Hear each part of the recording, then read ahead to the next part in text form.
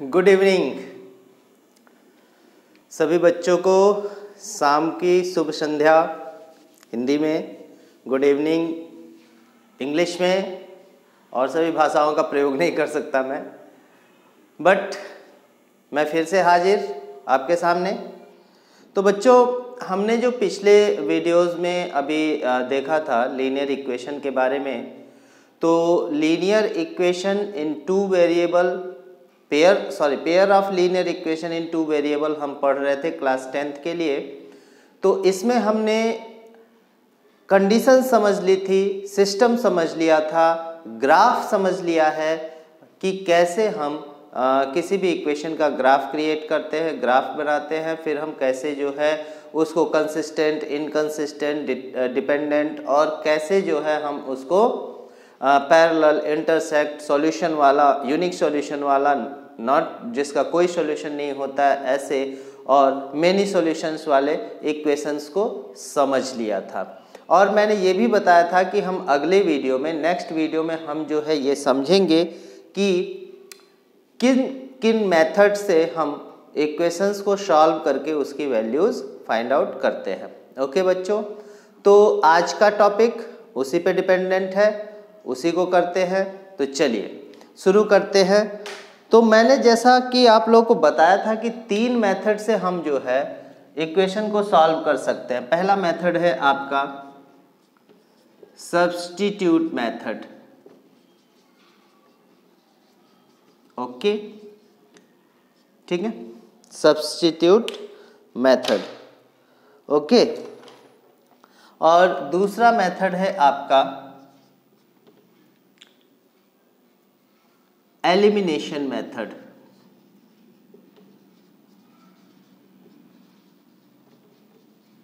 Okay, और third method है आपका cross multiplication method, multiplication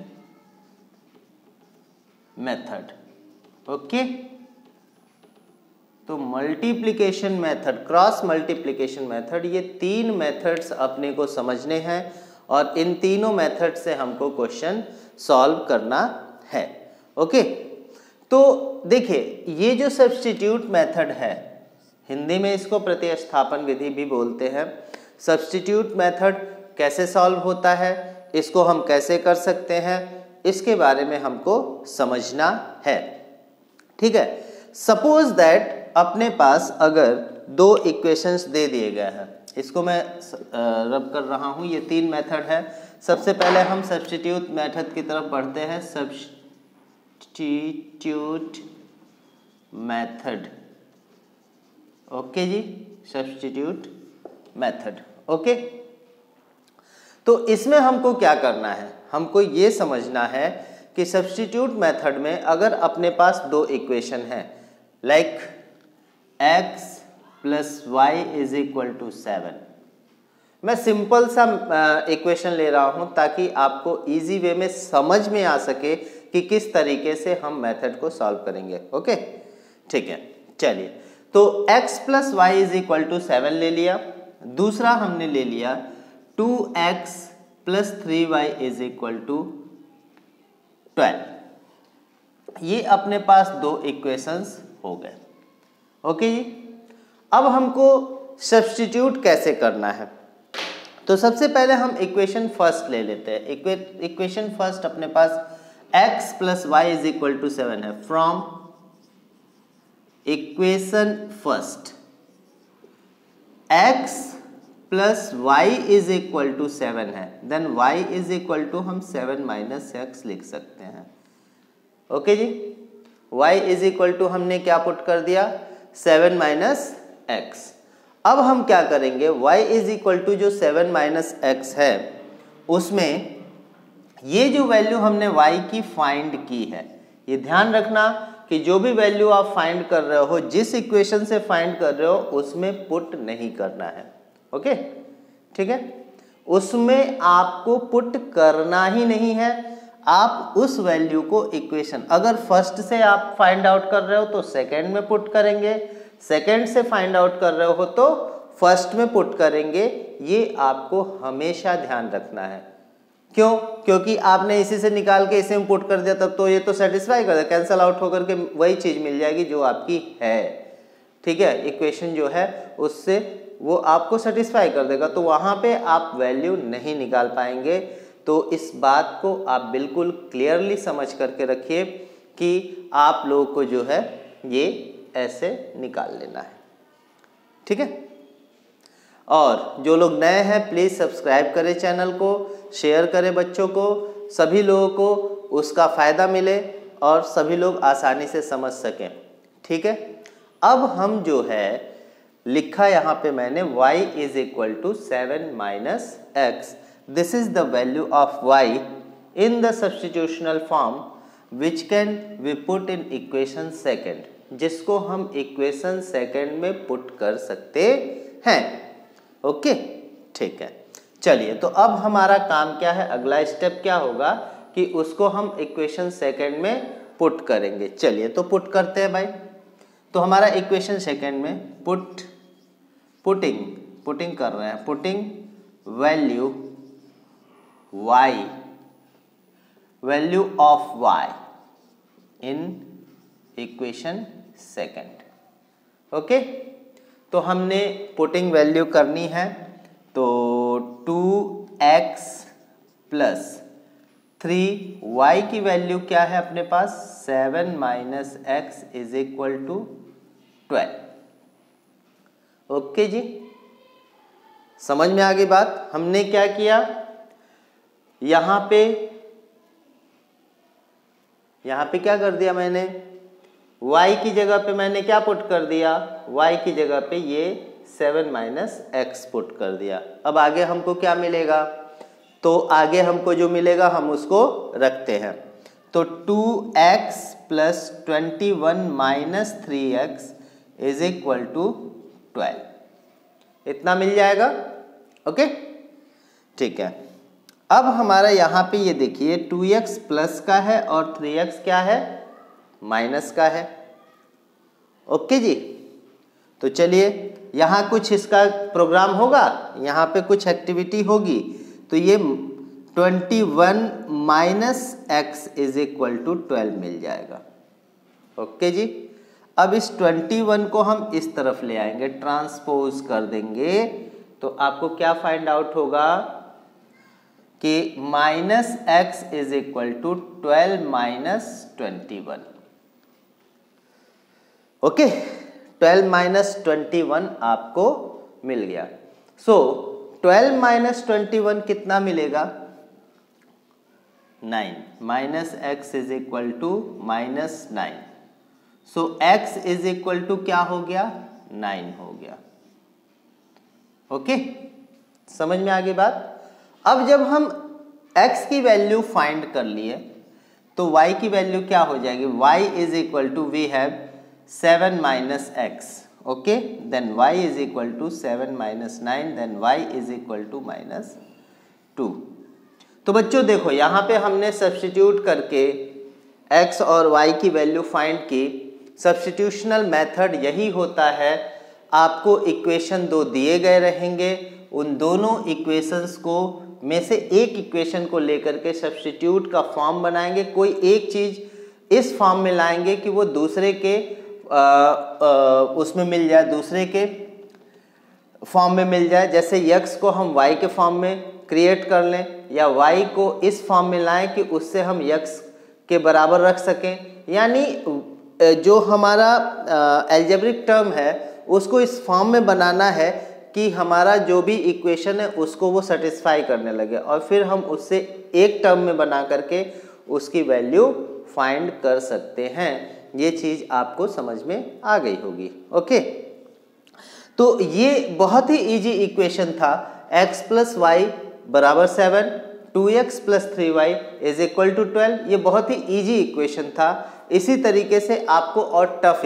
equations मिलेंगे और उसको आप सब्स्टिट्यूशनल मेथड से कर सकते हैं। अब यहाँ पे एक बात और ध्यान रखिए कि मैंने x plus Y is equal to 7 लेकर के सॉल्व किया, आप इसको भी लेकर के सॉल्व करते तो भी आपका आंसर आ जाता है। जैसे मान लीजिए हमने यहाँ पे 2x plus 3y is equal to 12 लिया, then 3y is equal to what 12 minus 2x, then y is equal to 12 minus 2x upon 3। ये भी आप लेकर के, ये आपने इक्वेशन सेकंड से फाइंड किया है, तो इसको आप किस में रखते, इक्वेशन फर्स्ट में पुट करते, ठीक है। और जब आप इसको इक्वेशन फर्स्ट में पुट करेंगे तो आपको वहाँ से भी इसी तरीके से वैल्यूज़ फाइंड होंगी और आपके वैल्यूज़ बिल्कुल टैली होंगे और बिल्कुल सही चीज़ आपको मिल जाएगी। ओके, तो I hope you will understand, you would understand this, आप समझ गए होंगे। और अगर अभी भी ये चीज़ सब्स्टिट्यूशनल मेथड की बहुत इजी है, बहुत मज़ा आता है करने में, बच्चों को सबसे इजी यही लगता है, और इसके बाद जो एलिमिनेशन मेथड है वो तो बहुत इजी लगता है, is going to be very easy, ठीक है। तो जब आप इसको सॉल्व करेंगे तो बहुत ही आसान तरीके से इसको सॉल्व कर सकते हैं, ठीक है। और फिर से मैं रिक्वेस्ट करूंगा कि जो लोग नए हैं इस चैनल पे प्लीज़ सब्सक्राइब करें चैनल को और हिट द लाइक बटन और शेयर करना ना भूलें अपने फ्रेंड्स के साथ वीडियोज़ को, ताकि इस वीडियोज़ का फ़ायदा उनको भी मिल सके, वो भी इसका फ़ायदा ले सकें। ओके, इसमें कोई पैसा नहीं लगना है, किसी को कोई कास्ट नहीं पे करना, आप मोबाइल उठाते हो, मोबाइल में देखते हो, शेयर कर देने का, ऐसा मतलब प्रेशराइज नहीं कर रहा हूँ, लेकिन एक सिंपल सी, बहुत ज़्यादा उसमें ना आपको पैसा तो इन्वेस्ट करना ही नहीं है, बहुत ज़्यादा आपको टाइम भी नहीं इन्वेस्ट करना है। शेयर करने में कितना टाइम जाता है, खिट खिट खिट खट खट हो गया शेयर, ठीक है। तो आप शेयर कर सकते हो, आप सब्सक्राइब तो बहुत सारे लोगों ने किया है, और बाकी जो लोग नहीं किए हैं, जो नए हैं, वो भी कर सकते हैं, उनको भी करना चाहिए, ठीक है। कोई बात नहीं, चलिए without wasting our time we move to our next topic. हमारा जो नेक्स्ट टॉपिक होगा सब्स्टिट्यूट मेथड हो गया। अब हम चलते हैं एलिमिनेशन मेथड पे, ठीक है। एलिमिनेशन, जैसा कि आप समझ सकते हो कि एलिमिनेशन का मतलब क्या होता है।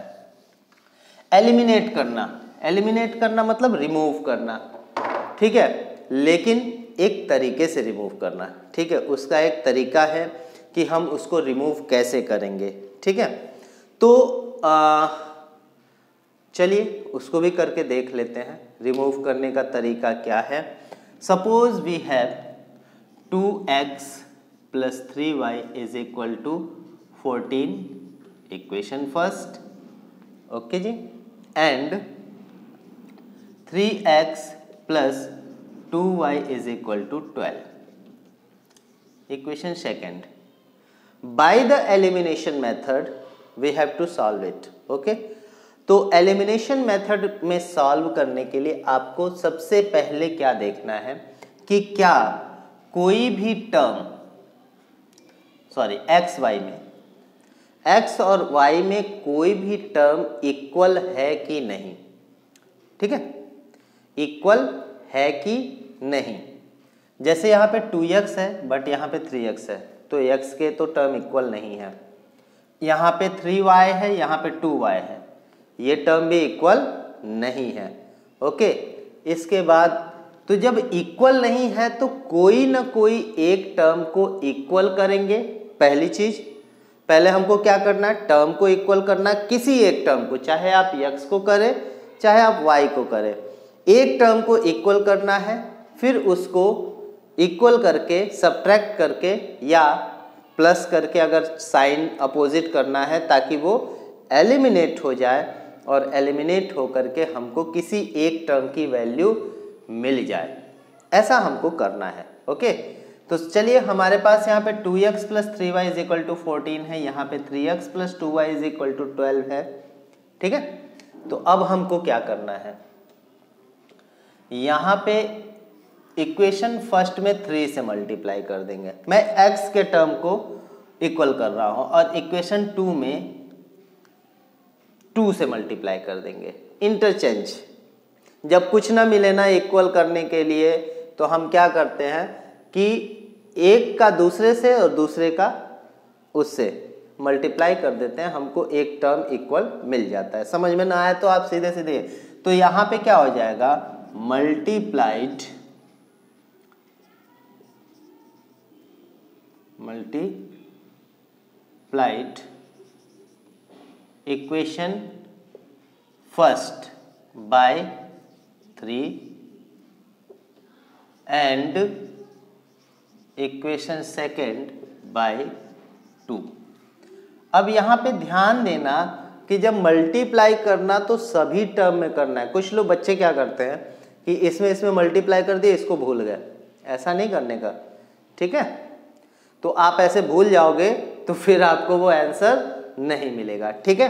तो आपको क्या करना है कि यहाँ पे 3 से मल्टीप्लाई किया तो 6x plus 9y is equal to 14 3 जा 42। ये इक्वेशन थर्ड आ गया, ओके। अब हमको इसमें 2 से मल्टीप्लाई करना है, then 6x plus 4y is equal to 24, equation 4।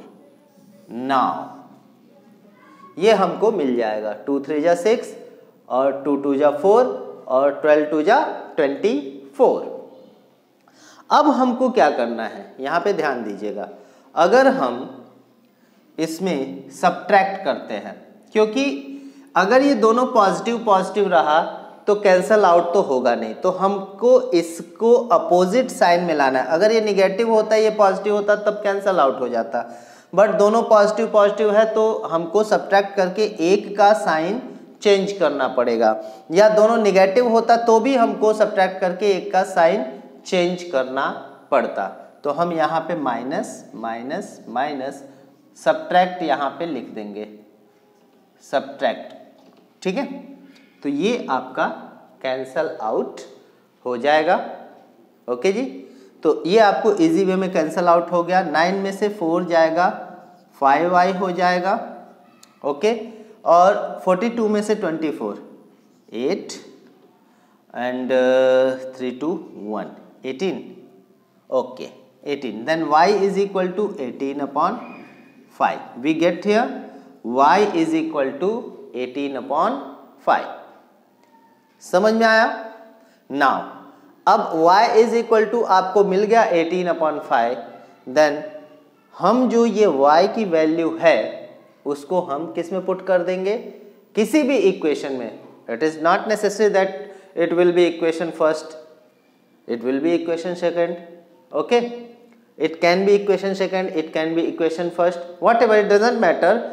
जिसमें आप पुट करोगे उसमें आपको इसकी वैल्यू मिल जाएगी, x की वैल्यू आप उससे इजी वे में निकाल सकते हो। जस्ट लाइक मैंने इक्वेशन नंबर सेकंड में पुट कर दिया या फर्स्ट में पुट कर दिया, ओके।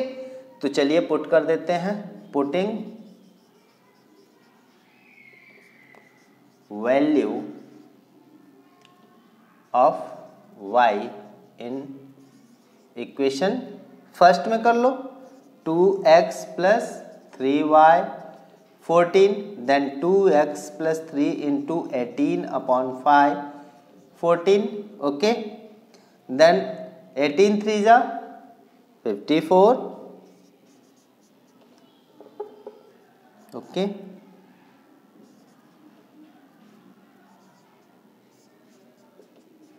ओके जी। अब इसको इधर ला करके सब्ट्रैक्ट करके और 2 से डिवाइड करके आप जो है x की वैल्यू फाइंड कर सकते हो इजी वे में। इसको आगे आप सॉल्व कर सकते, इतना तो मैथ्स आपको आता ही है, ठीक है। क्योंकि यहाँ पे जो आपको वैल्यू मिल रही है वो वैल्यू मेरी अपनी खुद के उससे मैंने ये इक्वेशंस लिए थे, इसलिए आपको रैशनल नंबर में मिल रहा है। मैंने कोई बुक से नहीं लिया था, ऐसे ही दिमाग में 2 इक्वेशंस मैंने डाल दिया यहाँ पे और उसको सॉल्व करके आपको समझाने के लिए किया। और ऐसे केसेस आते हैं, ऐसा नहीं है कि ऐसे केसेस नहीं आएंगे, आएंगे, रैशनल वाले भी आएंगे, इरेशनल वाले भी आएंगे, ठीक है। तो ऐसा, इससे घबराना नहीं है आपको। Calculation must be clear, calculation clear होना चाहिए। कैलकुलेशन अगर आपका क्लियर नहीं होगा तो आपका मैथ्स क्लियर नहीं होगा। मैथ्स में कैलकुलेशन तो उसकी बेस होती है, कैलकुलेशन अगर आपका सही नहीं है तो फिर आपको बहुत दिक्कत हो सकती है। बट आप कहते हैं ना वो कि practice makes man perfect.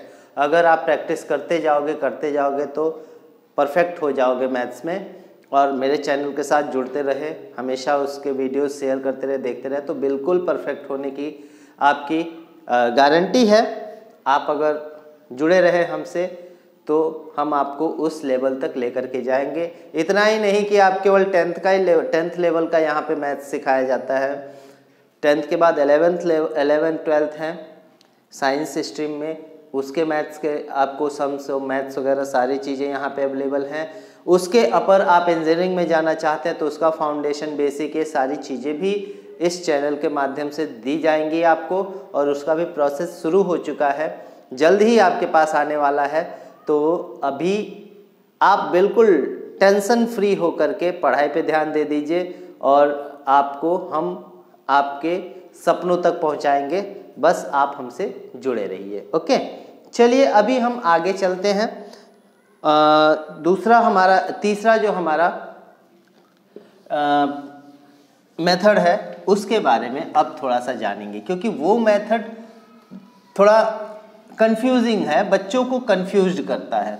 Okay, but आपको कंफ्यूज नहीं होना है, क्योंकि ये जो मेथड है, इस मेथड में हमें क्रॉस मल्टीप्लिकेशन, जैसे कि क्रॉस की बात हो रही है, तो पहले ही क्रॉस से समझ में आ जा रहा है कि क्रॉस क्या होता है। ठीक है, अब देखिए हमारे पास दो इक्वेशन होते हैं। ओके जी, इन दोनों इक्वेशंस को हमारे दोनों इक्वेशंस का फॉर्म क्या होता है? Cross multiplication